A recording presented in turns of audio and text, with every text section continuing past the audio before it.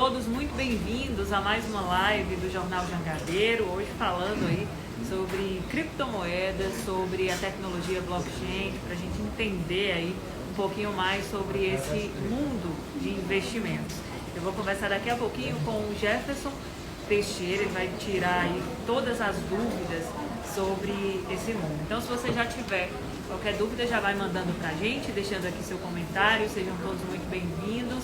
Eu sou Carla Moura, toda quarta-feira a gente tem esse encontro marcado aqui no Instagram, no @Jornal Jangadeiro. Esse encontro que inclusive você também pode participar, viu? Se você tiver qualquer sugestão, uma pessoa que tem uma atuação aí muito bacana, um projeto, uma empresa diferenciada, um tema que você não costuma ver nas redes sociais e quer que a gente tire sua dúvida, manda aí pra gente no direct a sua sugestão, que a gente tá aqui super aberto para acolher, tá? Deixa eu dar uma olhada, ver se o Jefferson já chegou por aqui, eu convidá-lo então a participar desse bate-papo. Eu tinha visto já ele entrando, pronto, tá por aqui. Vou te mandar aqui o convite então. Olha aí o Yuri chegando por aqui, o José também, o Leonardo, a Nath, Joselita Ferreira também entrando por aqui. Olha aí. Oi, Jé. Olá, boa tarde, Carla. Boa tarde, tudo bem contigo? Tudo bem, com você e com vocês todos ali que estão nos assistindo, tudo bem, né? Só te explicar que eu estou de máscara porque eu estou no ambiente da redação, então eu vou Perfeito. precisar continuar assim, tá bom? Eu, diferentemente, estou em casa e só por isso estou sem máscara. Perfeito. Jefferson, eu queria que a gente começasse, então, você se apresentando, falando um pouquinho mais como é que começou a sua vida nesse mundo aí tecnológico, que vem ganhando cada vez mais espaço, né? Conta aí pra gente. Verdade, Carla. Bom, eu sou professor da Universidade Estadual do Ceará, né, há 15 anos. A minha formação acadêmica é toda em computação, graduação, mestrado, doutorado.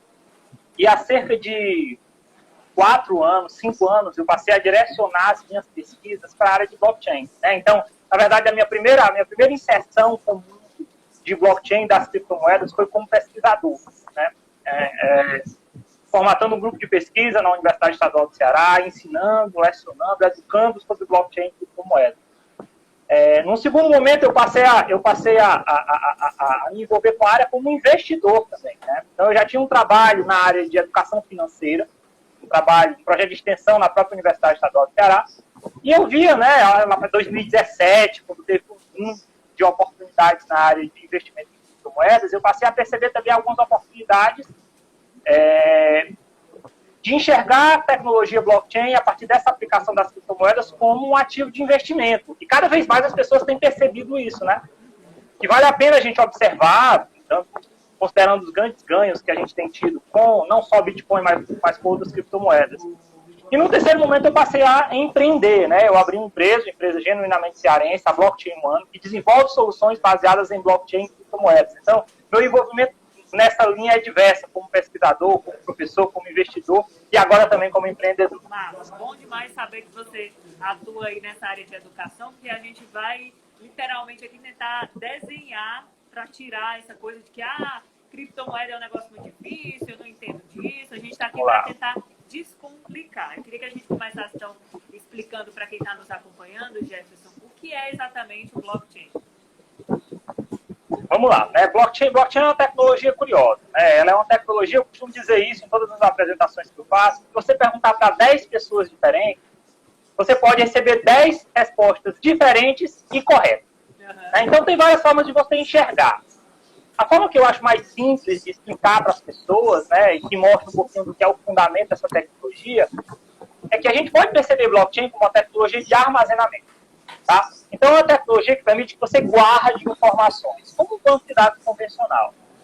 Só que é uma tecnologia de armazenamento, Carla e amigos, muito especial, que traz com ela algumas características que são únicas dessa tecnologia.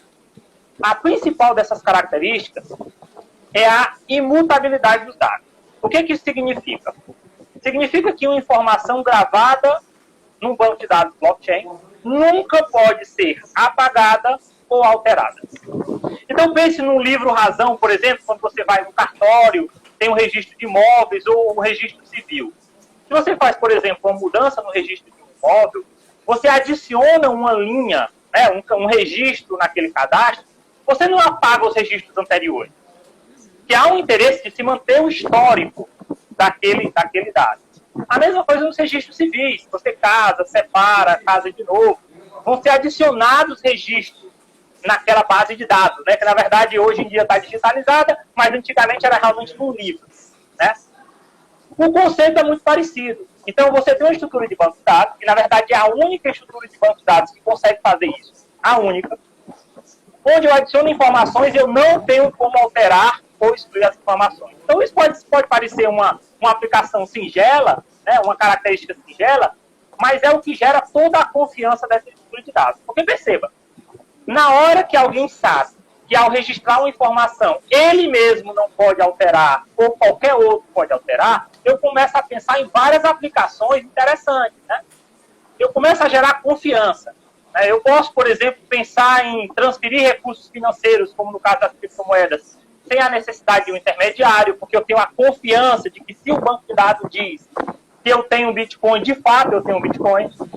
Eu posso começar a pensar em aplicações de fazer transferências de ativos físicos, eventualmente a gente vai poder fazer transferências de imóveis, de carros, de roupas, de direitos em blockchain, porque a gente tem a segurança que a tecnologia dá por conta da imutabilidade, que aquela informação é confiável.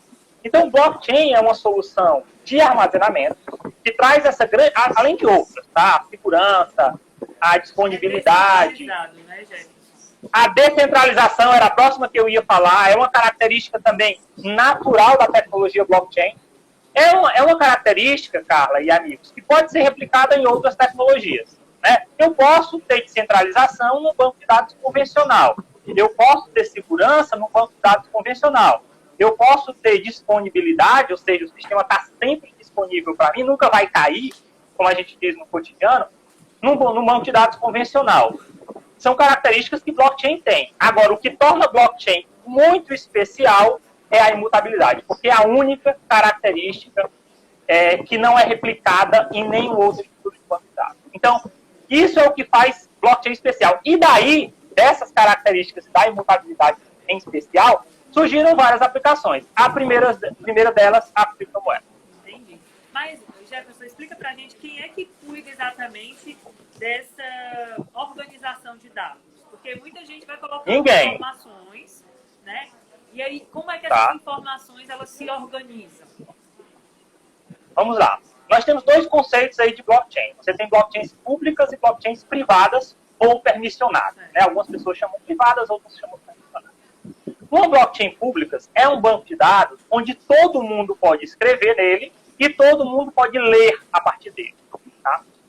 Por exemplo, Bitcoin utiliza uma blockchain, que é a blockchain própria do Bitcoin, que é uma blockchain pública. O que significa? Significa que eu posso escrever lá que eu tenho 50 Bitcoins? Não. O processo de escrita de informações em blockchain passa por um processo de validação, que é um processo chamado de consenso, que funciona assim. Se a Carla quiser gravar um registro nessa blockchain do Bitcoin, dizendo eu quero transferir 3 Bitcoins para o professor Jefferson. Ela não vai conseguir, porque essa informação ela é propagada para todos os nós que compõem a blockchain. E todos eles vão independentemente validar se aquela informação ela é verdadeira ou não. Caso a Carla não tenha 3 Bitcoins. Então, se ela não tiver 3 Bitcoins, essa rede formada pelos pares, são milhares de pares que compõem a rede blockchain, vão validar. E somente se a maioria, Carla, disser, ok, essa informação é verdadeira, é que ela é gravada em blockchain. Então, perceba, a informação para ser gravada em blockchain, ela tem que ser consensual. Pelo menos metade dos atores que compõem a rede tem que concordar. Então, se está em blockchain, é porque é um consenso. E a verdade consensual, que é o tipo de verdade que é gravada em blockchain, tem muito valor, né? Porque não tem como, não dá pra mentir, monetariamente, né? Não dá. Matematicamente, Carla, você poderia fraudar o sistema e convencer a metade mais uma das pessoas a fraudarem por você. Só que monetariamente o custo disso é tão alto, mas tão alto, que não vale a pena fazer. Então, a blockchain ela é muito especial porque ela só guarda verdades consensuais. E o que isso permite? O que isso gera? Eu posso fazer operações financeiras usando criptomoedas sem a necessidade de intermediário. Porque se eu mandar um Bitcoin para ti, ou receber qualquer outro tipo de criptomoeda, e eu receber a confirmação de que aquela transação de fato aconteceu, eu posso confiar, porque eu sei que outros participantes da rede validaram aquela informação. Não precisa de um banco, precisa de um agente intermediário. Depende da blockchain. No caso da blockchain do Bitcoin, essa confirmação normalmente leva em média 10 minutos. No caso de outras blockchains, a blockchain da Ethereum, por exemplo, que é uma blockchain de propósito geral, a blockchain do Bitcoin só serve para o Bitcoin. A blockchain da Ethereum serve para a criptomoeda da Ethereum, que é o Ether, e para várias outras aplicações. Nesse caso, demora mais ou menos uns 15 segundos em média, que é o tempo de mineração de um bloco, que é um processo tecnológico que acontece lá. Então, é bem mais lento do que as transações que a gente está acostumado a fazer no cartão de crédito, mas você tira um intermediário, que é o intermediário que dá essa segurança. A segurança é dada pelo próprio sistema, pela própria rede. Então, só para ver se eu captei bem a informação. Vamos lá. A partir disso, eu consigo rastrear tudo. Tanto o fato que eu estou te enviando, quanto que você está recebendo, como quando isso aconteceu, é assim? Exatamente isso. Você tem uma rastreabilidade completa. Primeiro, a segurança de que você está, de fato, recebendo um recurso que existe. Não há como fraudar. E a rastreabilidade de onde aquele recurso vem. Então, que tipo de coisa eu consigo fazer? Existem já várias soluções que fazem isso. Eu posso contratar, por exemplo, um freelancer, um profissional, em qualquer lugar do planeta, pagar esse profissional com criptomoeda que vai ter a segurança de que aquele dinheiro de fato existe, em alguns segundos pagando taxa de praticamente zero. Então, esse é um exemplo de aplicação que essa solução de criptomoeda, de transferência de criptomoeda, pode gerar. A possibilidade de fazer contratação de qualquer pessoa em qualquer lugar do mundo, em instantes, em segundos, com toda a segurança de quem está recebendo. Perfeito, entendi. Você falou muito, claro, dos bitcoins, mas eles não são aí as únicas criptomoedas, né? Tem diversas outras. Quantas são? Existe uma média, assim, já de quantas criptomoedas existem no mundo? E quais seriam as outras alternativas ao Bitcoin? Existem milhares hoje, viu, Carla? O processo de criação de uma criptomoeda é um processo tecnologicamente simples, para quem tem domínio da tecnologia, né? Então, tem várias instituições, empresas, organizações não governamentais, governos, que têm criado as suas próprias criptomoedas, né?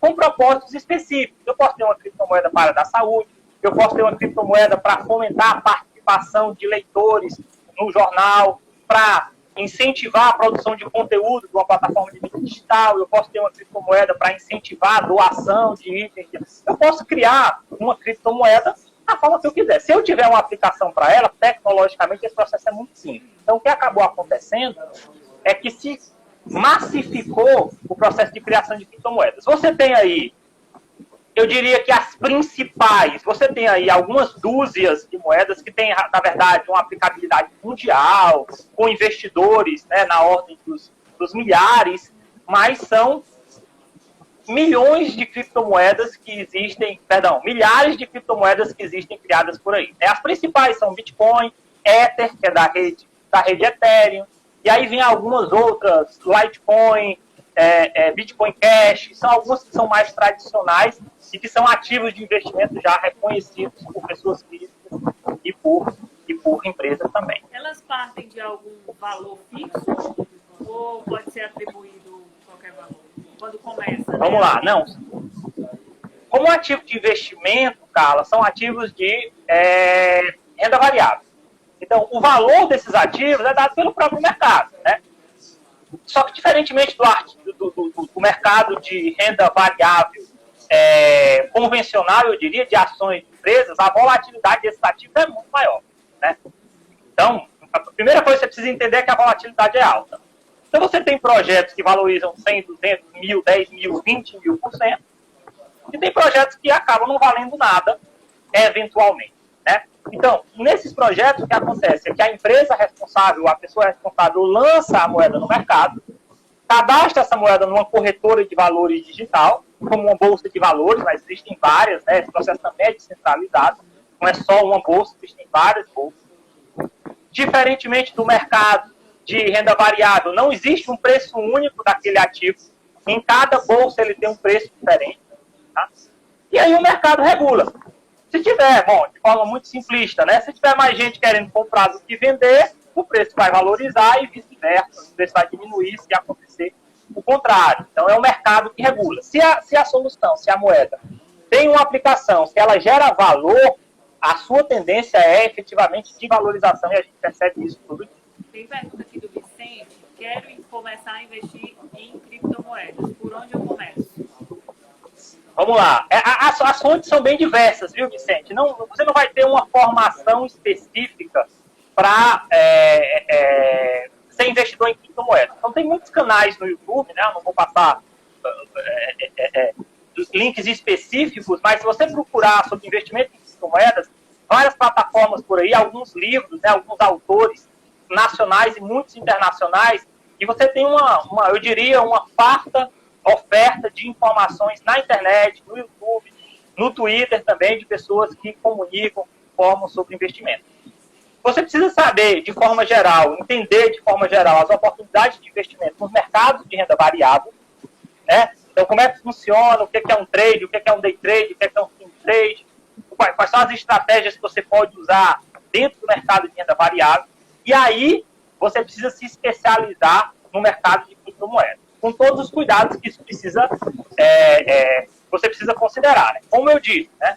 Primeiro, é um mercado de renda variável, não há como se garantir rentabilidade. Se qualquer pessoa estiver garantindo rentabilidade, fuja, é impossível se garantir rentabilidade. E esse é um mercado que atrai muita gente com interesses em esquemas, em pirâmides, então você precisa ter muito cuidado, né? Porque por conta das grandes remunerações, as pessoas, né, tendem a se animar, e as pessoas, né, a criptomoeda tal rendeu 3.000%, você acha que aquela vai render também, então você precisa ter esses cuidados adicionais. Mas com informação, é um excelente ativo de investimento para você colocar dentro da sua carteira diversificada. Não colocar todo o dinheiro nisso, mas diversificando é uma oportunidade muito interessante. Perfeito. O Helder Franco está aqui perguntando o que são NFTs e vale a pena investir nesse mercado? NFT está muito na moda, né? É uma tecnologia baseada em blockchain que já existe há muito tempo, mas agora pegou e vale demais investir nesse mercado. Claro, com cuidado. O que é um NFT? Né? Quando a gente fala de token, né, esse ativo digital que é representativo de um ativo real, pode ser um ativo físico ou virtual, eu posso ter um token representando uma casa, ou posso ter um token representando uma obra de arte. Então, um token é uma representação digital em blockchain de um outro ativo real. De novo, pode ser um ativo real virtual ou um ativo real. Se esse token ele é único, daí o nome NFT é um token não fungível. Então eu tenho um token representativo de uma fotografia digital. Eu tenho um token representativo a uma obra de arte digital. Eu tenho um token representativo a um vídeo digital. E se ele é único, ele é um NFT. Então é um token não fungível, no sentido de que eu não tenho outro igual para eu trocar. Essa ideia do fungível e não fungível, um ativo fungível, por exemplo, uma cédula de R$10, ela é fungível. Porque se eu tiver R$10 e a Carla tiver R$10, eu trocar os meus R$10 com ela, os R$10 têm o mesmo valor. Então são dois tokens diferentes, são unidades diferentes, mas têm o mesmo valor. No caso do NFT, dos tokens não fungíveis, eu posso ter duas figurinhas do meu time preferido de futebol, mas se a figurinha do Neymar vai valer mais do que a figurinha do jogador X, que eu não vou dar o nome aqui. Então, são tokens do mesmo tipo, mas eles têm valores diferentes, eles são únicos nesse sentido. Então, muitos artistas, Carla, muita gente que produz digitalmente, passou a tokenizar suas obras. Então, o sujeito faz uma pintura, eu posso fazer uma gravura aqui do rosto da Carla, eu posso fazer uma gravura da logo do Jornal Jangadeiro, eu posso fazer uma pintura, um vídeo, tokenizar, criar um token representativo daquele ativo digital e comercializar aquele token. Então, eu vendo o token, eu vendo a propriedade do ativo digital. Quem compra aquele token é dono do ativo digital. E muitos artistas, muitos influenciadores, muitos jogadores de futebol, muitos músicos passaram a tokenizar as suas obras e passaram a comercializar. E a valorização desses ativos tem sido enorme. Então, vale a pena, sim, estudar o mercado, entender o mercado e, em percebendo uma boa oportunidade, adquirir esse ativo como ativo de investimento. Tá aí. Essa nem eu sabia, viu? Estou sabendo agora. Pois é. Olha. Tem mais pergunta aqui. Existe uma perspectiva de que as finanças descentralizadas se popularizem e concorram com os bancos? Vamos lá. Então, o que é esse conceito, primeiro, de finanças descentralizadas, né, que blockchain trouxe? Então, blockchain, com essa possibilidade que ela tem de eliminar os intermediários, criou um novo sistema econômico que é chamado de finanças descentralizadas, onde eu posso realizar operações financeiras sem a intermediação dos bancos. Então, eu posso emprestar dinheiro, pegar dinheiro emprestado, eu posso fazer seguro, eu posso dar garantia, então eu posso fazer operações financeiras para a par, pessoa a pessoa, sem a necessidade do intermediário, porque quem dá a garantia é a própria blockchain. Então você começa a pensar, a imaginar, e já existem várias soluções para isso, qualquer tipo de operação financeira que você faz hoje, com esses intermediários, seja um consórcio, seja um seguro, seja um empréstimo, um investimento, e todas essas operações financeiras, você pode fazer sem o intermediário, dentro do que se convencionou chamar de finanças descentralizadas. É um mercado crescente, mundialmente. No Brasil, ele está só iniciando, mas que eu não tenho dúvida, vai transformar a forma como as pessoas operam recursos financeiros. Então, essas operações financeiras, as pessoas vão poder fazer com toda segurança, sem a necessidade desses intermediários. Eu vou poder pegar emprestado, emprestar de uma pessoa, sem conhecer aquela pessoa e com toda a segurança de que vou receber, de que vou ter o pagamento, de que vou ter o ativo ao final. Então, finanças centralizadas é isso. É uma grande revolução na área financeira, trazida por blockchain, que vai retirar a necessidade dos intermediários. Até que ponto isso vai impactar o sistema bancário? Difícil dizer, né? O sistema bancário é muito forte. A forma como eu particularmente percebo é que o sistema bancário tradicional vai aderir à tecnologia e vai oferecer mais garantia ao que essa tecnologia já propõe, colocando esse tipo de serviço, como tem feito, por exemplo, na digitalização do serviço. Hoje você pode abrir uma conta digital num banco privado desse grande porte somente pela internet, né? As fintechs iniciaram esse processo e os bancos aderiram. Então, eu acho que vai haver uma expansão na oferta de serviços descentralizados e os bancos também vão acabar aderindo à tecnologia. Perfeito. Queria agradecer a todo mundo. Quem está chegando aqui agora, não precisa ficar preocupado, porque essa live fica salva aqui no nosso feed. Eu acredito que o Jefferson também vai compartilhar para que mais pessoas possam ter acesso. Jefferson, eu queria só te agradecer. Quem quiser te encontrar para tirar aí qualquer outra dúvida que tenha surgido, como é que faz? Vamos lá.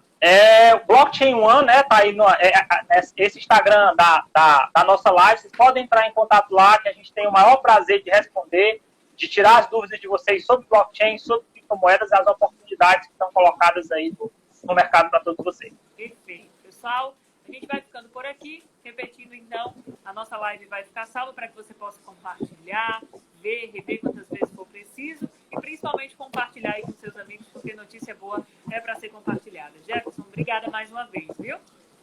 É isso, Carla. Obrigado. Sempre à disposição. Tchau. Tchauzinho, gente. Até mais.